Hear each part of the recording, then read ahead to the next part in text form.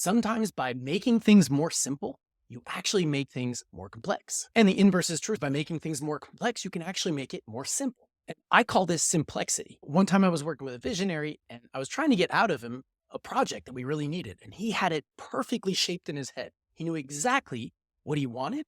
But every time I try to get details, I would get that answer of, well, let's just keep it simple. And I wasn't happy. I got angry with him because without the details, I couldn't make assumptions. I couldn't take the project on as my own. I was going to be coming right back to him, bugging him for the next week. And I didn't want that. Not for me, because that's a waste of my time.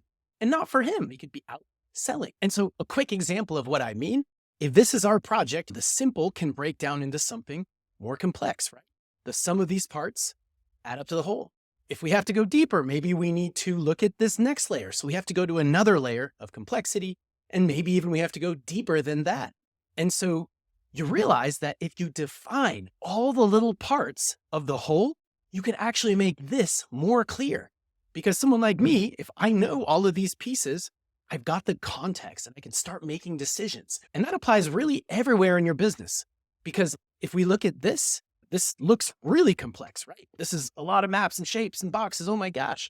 But really, it's actually makes things simpler.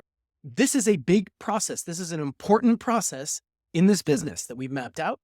And all we've done is saying, what's next? What's the next step? And who's responsible for the next step?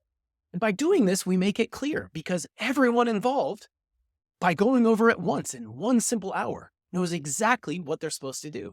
And on top of that, we can improve it and we can do surgery on it. Best of all, when we have this, we don't need you at all. So the lesson here is don't be afraid of simplexity.